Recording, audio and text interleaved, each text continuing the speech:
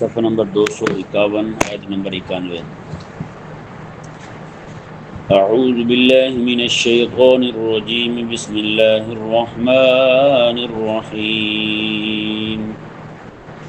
وَأَوْفُوا بِعَهْدِ اللَّهِ إِذَا عَاهَدتُّمْ ولا تنقضوا الأيمان بعد توكيدها وقد جعلتم الله عليكم كفيلا إن الله يعلم ما تفعلون۔ جیسے کہ آیت نمبر 90 میں اللہ تبارک و تعالی نے اخلاقی اقدار کو بیان فرمایا اور اخلاق حسنہ کے جو سر فہرست پہلو آتے ہیں ان کو اللہ تبارک و تعالی نے بیان فرمایا۔ آیت نمبر 91 میں بھی جو کچھ بیان ہوا اس کا تعلق بھی اسی مضمون کے ساتھ ہے۔ اللہ تبارک و تعالی نے یہاں ارشاد فرمایا وَأَوْفُوا بِعَهْدِ اللَّهِ إِذَا عَاهَدتُّمْ، اور تم اللہ کے عہد کو پورا کرو، اذا عاہدتم، جب تم عہد کر چکے ہو۔ یہ ذہن میں رہے، اللہ تبارک و تعالی کے ساتھ عہد جو ہے وہ عالم ارواح میں جو کیا تھا قالوا بلا کہہ کر، بلا کہہ کر یعنی اللہ تبارک و تعالی کی طرف سے یہ فرمان جاری ہوا کہ سوال ہی تھا الست بربکم، کیا میں تمہارا رب نہیں ہوں؟ جی کیا میں تمہارا رب نہیں ہوں؟ تو سب نے بیک زبان کہا بلا، کیوں نہیں؟ جی یہ وہ عہد تھا جو عالم ارواح میں اللہ تعالیٰ کے ساتھ کیا تھا کہ مولا ہم تجھے ہی رب مانیں گے، تو ہی ہمارا الہ ہے، تو ہی ہمارا خالق ہے، تو ہی ہمارا مالک ہے، تو ہی ہمارا معبود و مسجود ہے، تو ہی عبادت کے لائق ہے۔ یہ سارے عہد اسی بلا کہنے میں آ گئے تھے۔ تو یہاں دنیا میں آ کر کے جب ہم کلمہ شریف پڑھتے ہیں تو یہ اس عہد کی تجدید ہے، اس عہد کی تجدید ہے، یعنی اس عہد کو پھر سے نیا کر رہے ہوتے ہیں۔ یا اللہ اس عہد کو ہم دہرا رہے ہیں، ہم اسی عہد کے پابند ہیں، ہم اسی عہد پر ہی کار بند رہیں گے۔ سمجھ آیا نا جی؟ تو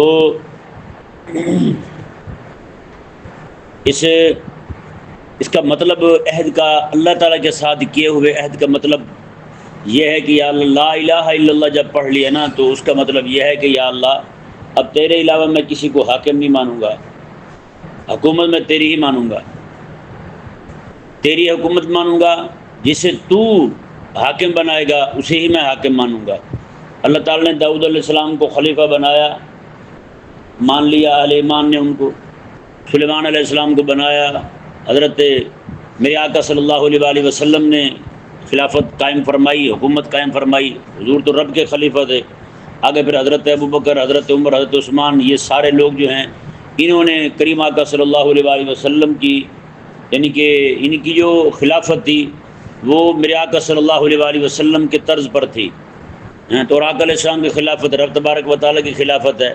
تو یعنی کہ حقیقت کے اندر یہ وہ حکمران تھے جو اللہ تبارک و تعالیٰ کے نائب بن کر اور اللہ کے خلیفے بن کر اللہ تعالیٰ کی زمین کو بساتے رہے۔ سمجھایا نا جی؟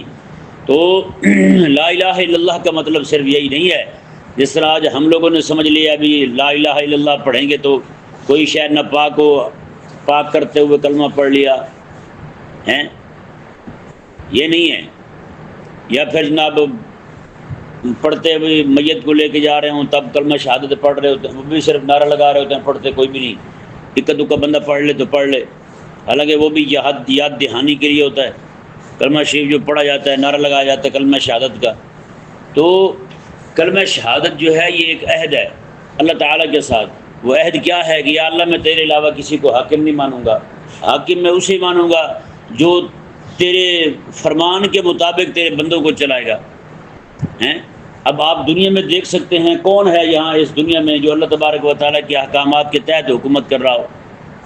کوئی بھی نہیں ہے، پوری دنیا میں ایک بندہ بھی نہیں ہے، پوری دنیا میں ایک بالشت زمین نہیں ہے جہاں اللہ کا حکم نافذ ہو۔ بتائیں، اللہ کا حکم مطلب تشریعی حکم نافذ ہو، تکوینی تو نافذ ہے، اس سے تو کوئی بھاگ ہی نہیں سکتا، وہ تو اللہ تبارک و تعالیٰ نے ہر حال میں ان پہ نافذ کر رکھا ہے۔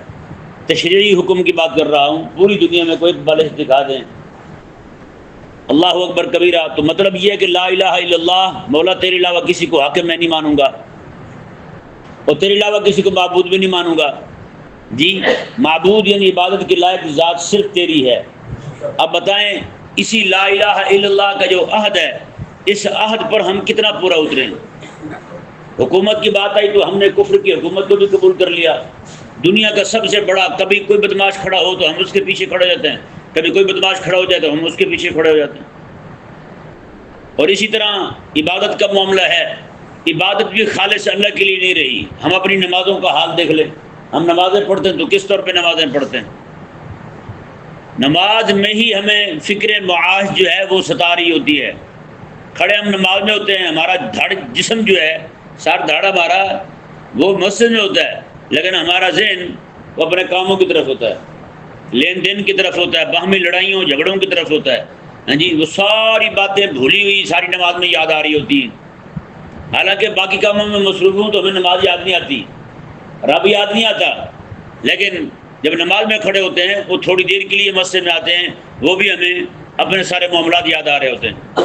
ہم روزوں کو دیکھ لیں تو اکثریت ہماری جو ہے وہ روزے وہ بچا ہی نہیں پاتی، روزے بچا ہی نہیں پاتی۔ اگر روزہ بچ جاتا ہے تو روزے میں نور باقی نہیں رہتا، اس میں روحانیت باقی نہیں رہتی، وہ روانہ کر بیٹھتے ہیں۔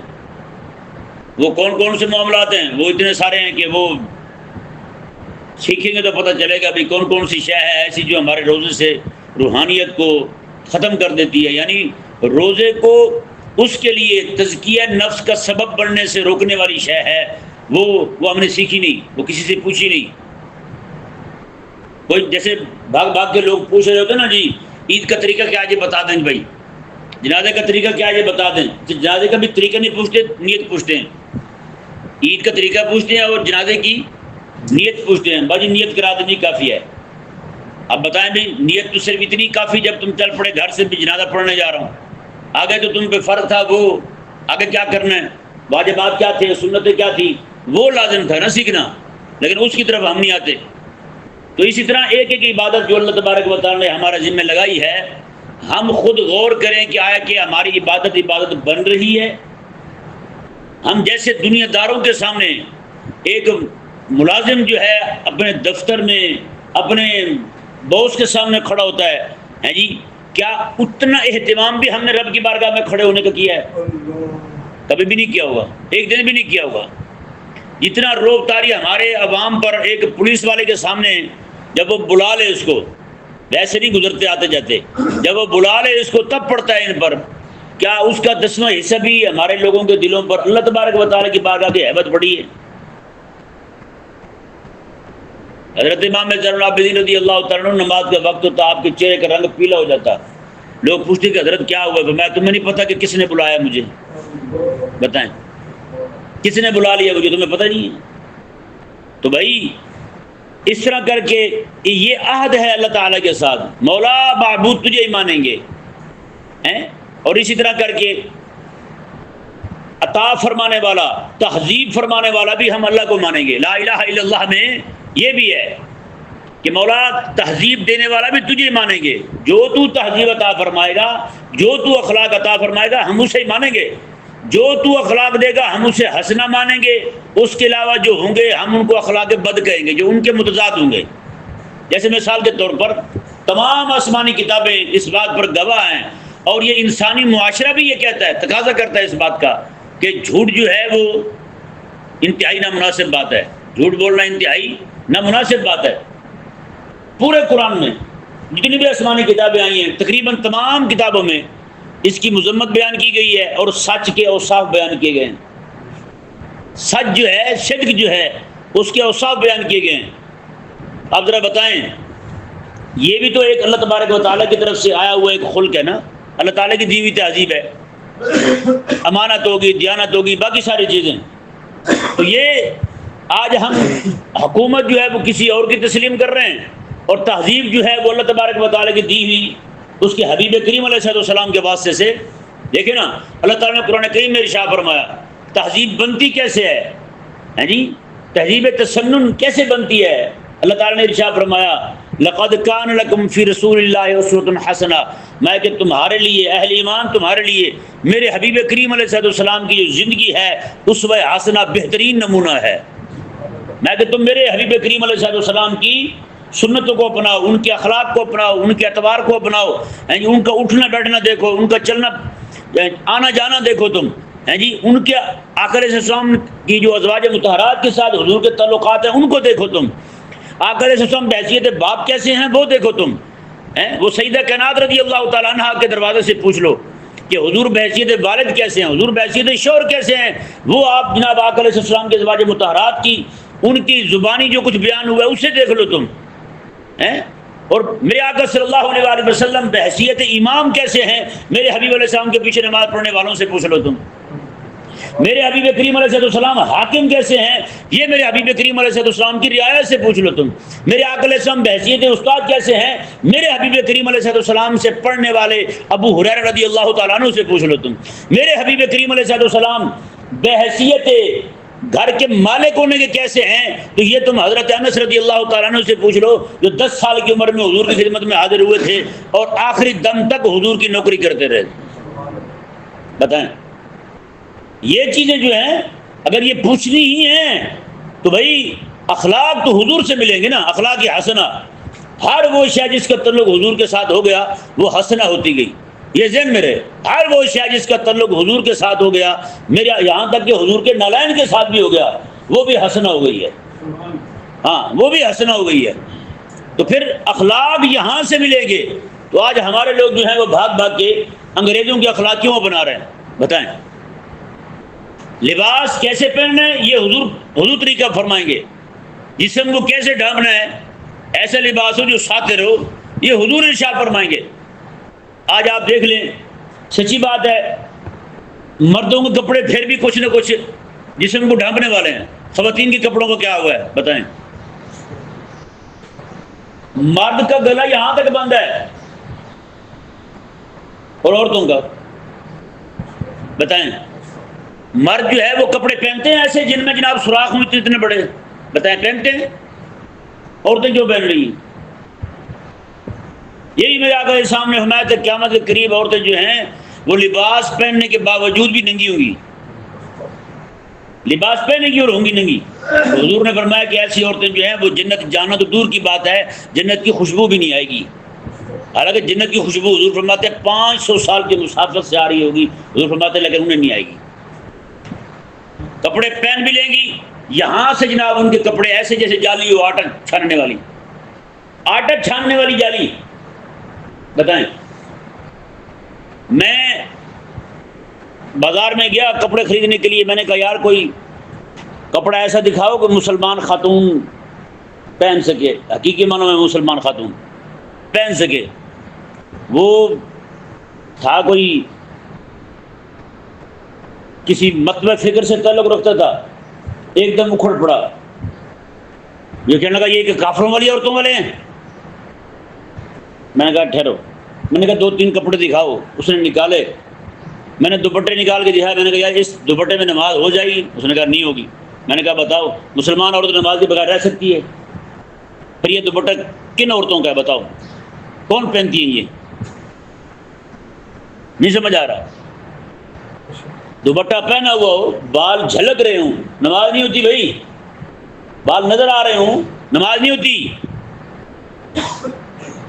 مسلمان خاتون کے لیے جو سر ڈھانپنا فرض کیا گیا ہے وہ ایسے کپڑے کے ساتھ نہیں ہے کہ وہ جناب آٹا چھاننے والی جالی سر پہ رکھ لے، لو جی سر ڈھانپ لیا گیا ہے میرا، ایسے بالکل نہیں ہے، نعوذ باللہ من ذالک بھائی۔ تو یہ کریم آقا علیہ السلام کے پاس ایک صحابی حاضر ہوئے، 2 جوڑے ان کے ہاتھ میں تھے، میرے آقا علیہ السلام نے فرمایا کہ یہ کیا ہے؟ انہوں نے کہا یا رسول اللہ صلی اللہ علیہ وسلم یہ کپڑے ہیں، ایک میری گھر والی کا جوڑا ہے، ایک میرا جوڑا ہے۔ آقا علیہ السلام نے دونوں کو دیکھا، اس وقت زیادہ فرق نہیں ہوتا ہوگا کپڑوں کا، بس رنگ کا فرق ہوتا تھا یا کڑھائیاں ہو جاتی تھیں مختلف قسم کی، اس طرح فرق کرتے تھے کپڑوں میں۔ کریم آقا علیہ السلام نے دیکھا ایک کپڑا پتلا تھا ایک موٹا تھا، میرے آقا علیہ السلام نے فرمایا جو موٹا کپڑا ہے نا یہ اپنی گھر والی کو پہنانا نا، اور جو پتلا کپڑا ہے وہ تم نے خود پہننا ہے، پتلا کپڑا تم نے پہننا ہے اور موٹا کپڑا جو ہے اپنی گھر والی کو پہنانا ہے۔ بتائیں یہاں سچی بات ہے، خواتین کو جینز کی پینٹ تو برداشت ہے، لیکن برقعے میں ان کو سانس گھٹتا ہے۔ شوہر جو کپڑے لا کے دے دے وہ کپڑے ان کو پہننے برداشت نہیں ہے۔ ایک بزرگ تھے رحمہ اللہ، ان سے ان کی بیٹی نے پوچھ لیا، اس نے کہا ابا کتنا پردہ کروں؟ اس نے کہا بیٹا جتنے حصے پہ تمہیں جہنم کی آگ برداشت ہے اتنا چھوڑ دو، باقی کر لو۔ جتنے حصے پہ جہنم کی آگ برداشت کر سکتی ہو نا وہ پردہ نہ کرو، اس کو نہ ڈھانپو، اور جہاں تک برداشت نہیں ہوتی وہ ڈھانپ لو تم۔ مطلب کیا تھا کہنے کا کہ بیٹا بے پردہ رہو گی تو جہنم جاؤ گی۔ بتائیں نا آج ہمارے معاملات کیا چل رہے ہیں؟ نعوذ باللہ من ذالک، پردہ کرنے والی خواتین بھی شادی بیاہ میں جناب اس طرح ہوتا ہے۔ ایک دوست مجھے بتانے لگے کہ ان کی بہن جو ہیں وہ پردہ کرنے لگی، تو شادی میں گئی کہیں پردہ کر کے، تو پورے رشتہ دار جو ہیں انہوں نے کہا لو جی دیکھو آج بھی پردہ کر لیا ہے، اس کا دماغ خراب بھی مدرسے نے کیا ہے۔ شادی میں بھی پردہ کیا ہوا اس نے، اس کا دماغ خراب بھی مدرسے نے کر دیا ہے۔ یہ مدرسے نہ جاتی دماغ خراب نہ ہوتا اس کا۔ مطلب دین کی کتابیں پڑھنے کی وجہ سے وہ کسی بہن کے پاس پڑھتی تھی، وہ تو انہوں نے کہا کہ لو جی یہ نہ پڑھتی ہوتی دین، یہ کتابوں کا مطالعہ نہ کرتی ہوتی، آج اس کا دماغ خراب نہ ہوتا۔ نعوذ باللہ من ذالک، رب کے حکم پر عمل کرنے کو پاگل پن جہاں سمجھا جائے تو بتائیں اور وہاں کیا کہا جا سکتا ہے؟ نعوذ باللہ من ذالک۔ آج وجہ یہی ہوئی نا بھائی، مسلمان کی بیٹی کے اور ہندو کی بیٹی کے دونوں کے کپڑوں کے ڈیزائن ایک ہیں، ہے نا؟ دونوں کے کپڑوں کے ڈیزائن ایک ہیں۔ مسلمان کے بیٹے کے بالوں کا اسٹائل اور ہندو کے بیٹے کے بالوں کا اسٹائل دونوں کا ایک ہو گیا ہے۔ کیوں ہو گیا ہے یہ نہیں؟ تو بھائی یہ لا الہ الا اللہ میں تو ہم نے رب سے وعدہ کیا تھا کہ مولا تعلیم بھی وہی ہوگی جو تو دے گا، تہذیب بھی وہی ہوگی جو تو دے گا۔ اور اللہ تبارک و تعالیٰ نے پورا قرآن بھیج کے یہ تعلیم دی ہے، اور محبوب علیہ السلام کو بطور نمونہ بنا کے اللہ تعالیٰ نے تہذیب دی ہے۔ ہم نے تعلیم بھی رب کی چھوڑ دی، ہم نے تہذیب بھی رب کی چھوڑ دی، آداب بھی رب کے چھوڑ دیے۔ میرے آقا صلی اللہ علیہ وسلم نے خود ارشاد فرمایا، حضور فرماتے ہیں ادبانی ربی فاحسن تادیبی، حضور فرماتے ہیں میرے رب نے مجھے خود ادب سکھایا ہے، فاحسن تادیبی، اور حضور فرماتے ہیں میرے رب نے مجھے بڑا سونا ادب سکھایا ہے۔ بتائیں، ادب رب سکھا رہا ہے، اخلاق رب دے رہا ہے، اور آج ہم کس سے لیتے پھرتے ہیں؟ بتائیں۔ ہماری تو عوام کی کوشش یہی ہوتی ہے کہ ہم جیسے کیسے منہ ٹیڑھا کر کے ڈنگا کر کے بات کریں تاکہ پتہ چلے جناب یہ بندہ کہیں باہر سے انگریزی پڑھ کے آیا ہے یہ نہیں؟ کیا ضرورت پڑی یار آپ کو؟ آپ کی زبان جو ہے، اچھا جیسے جیسے بندہ باہر کی چیزوں کو پسند کرتا جائے گا نا ویسے ویسے اپنی چیزوں کی نفرت آتی جائے گی۔ جس بندے کو باہر منہ مارنے کی عادت پڑ جائے اس کو اپنے گھر والے اچھے نہیں لگتے، لگتے اچھے اسے نہیں اچھے لگتے۔ کیوں؟ اللہ تبارک و تعالیٰ دو چیزوں کی محبت اکٹھی نہیں رہنے دیتا، حرام کی اور حلال کی۔ حرام میں پڑ گیا تو حرام کی طرف ہی جائے گا۔ پھر یہی حال یہاں ہے کہ اپنی جو بندہ تہذیب حبیب کریم علیہ السلام کی دی ہوئی اسے پسند نہ ہو، اسے فرنگی کی تہذیب پسند آنے لگے تو پھر جناب ایسا ایسا پھر حبیب کریم علیہ السلام کی دی ہوئی تہذیب سے نفرت آنی شروع ہو جاتی ہے۔ میں صرف مثال کے طور پہ آپ کو بتاتا ہوں، بہت سارے الفاظ ہیں، جیسے دیکھیں گائز، کیا گائز، گائے پہلے کس کو کہتے تھے؟ ہم گاؤں کو کہتے تھے نا، اب یہاں گائز سارے لوگوں کو صرف زا کا اضافہ ہے، ویسے تو گائے ہی ہے سارا، گائے بننے پہ سارے راضی ہیں، کہتے ہیں جی یہ وہ والی گائے نہیں، یہ انگریزی والی گائے ہے، یعنی اپنے والی گائے جو ہے وہ برداشت نہیں ہے کسی کو کہہ دیا جائے، جیسے کہتے ہیں یہ بھی گاں ہے جی، کہتے نہیں کہتے، تو وہ والی برداشت نہیں ہے، وہ والی کہہ دیجیے تو کہتے ہیں یہ ٹھیک ہے، اس سے کچھ نہیں ہوتا۔ اتنے برے برے الفاظ ہیں جو انگریزی میں بولے جاتے ہیں، ہماری زبان میں بھی وہ بولے جاتے ہیں، لیکن ہمارے ہاں معنی ہو رہا ہے، ان کے ہاں معنی ہو رہا ہے۔ میں وہ لفظ آپ کے سامنے بول نہیں سکتا، نہیں سمجھ آیا، لیکن اپنی زبان میں وہ بولے جائیں تو کہتے ہیں بد تہذیبی ہے، ان کی زبان میں بولا جائے تو کہتے ہیں ہاں یہ ٹھیک ہے، بھئی یہ انگریزی والا، یہ وہ والا نہیں جو آپ کے ذہن میں۔ ایک دوست ہے، وہ اپنے بیٹے کو اس طرح انگریزی سکھاتے تھے، میں نے ان کو کہا، میں نے کہا یار ان کو اردو بھی سکھاؤ آپ۔ اس طرح ایک دوست کا اردو کا واقعہ ہے، ایک پنجابی کا واقعہ ہے، دونوں ہی دوست ہیں ہمارے، وہ انگریزی سکھاتے تھے، میں نے کہا یار ان کو اردو بھی سکھاؤ۔ انہوں نے کہا جی اردو میں تہذیب نہیں ہے، اردو میں تہذیب نہیں ہے۔ ہاں جی، نعوذ باللہ من ذالک۔ اب اس پہ اتنی ساری بے مثالیں دی جا سکتی ہیں کہ کیسے کیسے جناب ہم اپنی زبان میں وہ لفظ بول دیں تو ان کو ناک چڑھنے لگتا ہے، اگر یہ اپنی زبان میں بول دیں، انگریزی زبان میں بول دیں تو پھر کہتے ہیں کچھ نہیں ہوتا، یہ نارمل ہے بھائی۔ سوچ رہے ہیں نا آپ؟ تو یہ وجہ کیا ہوئی ہے؟ وجہ یہ ہوئی ہے کہ ہم نے ان کی تہذیب کو اچھا سمجھا ہے، تو اللہ تعالیٰ نے سزا یہ دی ہے کہ ان کو اپنی تہذیب بری لگنے لگ گئی ہے۔ انہوں نے فرنگی کی زبان کو اچھا سمجھا ہے، ان کو سزا یہ ملی ہے کہ ان کو اپنی تہذیب جو ہے، اپنی زبان وہ بری لگنے لگ گئی ہے۔ اس طرح ایک دوست کو میں نے کہا یار آپ اپنے، وہ پنجابی تھے، میں نے کہا آپ اپنے بچوں کو بھی پنجابی سکھایا کریں یار۔ کہنے لگے جی وہ پنجابی بدتمیزوں والی زبان ہے۔ میں نے کہا آپ کے ابا جی تو بولتے تھے، کہتا ہے وہ تو بولتے ہم بھی ہیں، بتائیں۔ بولتے نہیں یہ کہاں سے سیکھ لی ہیں اس طرح کی باتیں انہوں نے؟ اب یہ پنجابی زبان جو ہے، یہ ہمارے جتنے بھی پنجاب کے بزرگ ہیں سارے وہ یہی بولتے تھے۔ حضرت بابا فرید رحمہ اللہ کو دیکھ لیں ہیں، اور باقی بزرگ جو ہیں وہ سارے کے سارے پنجابی بولنے والے تھے۔ تو کیا خیال ہے اگر یہ بدتمیزوں والی زبان تھی تو اللہ تبارک و تعالیٰ کے نیک لوگ جو ہیں اہل اللہ وہ یہی بولتے؟ سزا ہوئی ہے جی، اللہ اکبر کبیرہ۔ تو یہ اللہ تعالیٰ کے ساتھ وعدہ ہے، عہد ہے اللہ تعالیٰ کے ساتھ کہ یا اللہ ہم تیرے ساتھ عہد کرتے ہیں۔ یہ کلمہ جو ہے یہ تجدید عہد ہے کہ تعلیم تیری ہوگی، تہذیب تیری ہوگی، حکومت تیری ہوگی، ہاں جی، تیرے علاوہ معبود کی کسی کو نہیں مانیں گے ہم۔ یہ سارے عہد ہیں۔ اللہ تبارک و تعالیٰ نے ارشاد فرمایا کہ وَلَا تَنْقُضُوا الْأَيْمَانَ بَعْدَ تَوْكِيدِهَا، میں بھی ترجمہ کرتا ہوں، باقی حصہ جو ہے ابھی گفتگو شروع کی تو وہ پورا نہیں ہو پائے گا، اگر کر دی تو پھر وہ ادھورا رہ جائے گا، پھر کل انشاءاللہ اس پہ گفتگو کریں گے۔ ابھی ذرا ترجمہ سماعت فرمائیں۔ وَأَوْفُوا بِعَهْدِ اللَّهِ إِذَا عَاهَدتُّمْ، اللہ تعالیٰ نے فرمایا کہ اور تم اللہ تعالیٰ کے ساتھ وعدہ کرو تو پورا کرو۔ اذا عاہدتم، جب تم کر چکو اب وعدہ۔ وَلَا تَنْقُضُوا الْأَيْمَانَ، یہ ذہن میں رہے، ایمان جو ہے نا یہ یمین کی جمع ہے، یمین قسم کو کہتے ہیں۔ یمین کسے کہتے ہیں؟ ایمان میں اور ایمان میں فرق ہے، یہ ایمان ہے، ایمان یمین کی جمع ہے۔ وَلَا تَنْقُضُوا الْأَيْمَانَ بَعْدَ تَوْكِيدِهَا، اور تم قسموں کو نہ توڑو بعد اس کے کہ تم اسے مؤکد کر چکو، پکا کر چکو ہیں۔ پکی جب قسمیں تم کھا لو پھر تم اسے نہ توڑو۔ وَقَدْ جَعَلْتُمُ اللَّهَ عَلَيْكُمْ كَفِيلًا، حالانکہ تم اللہ کو اس قسم پر گواہ بنا چکے ہو۔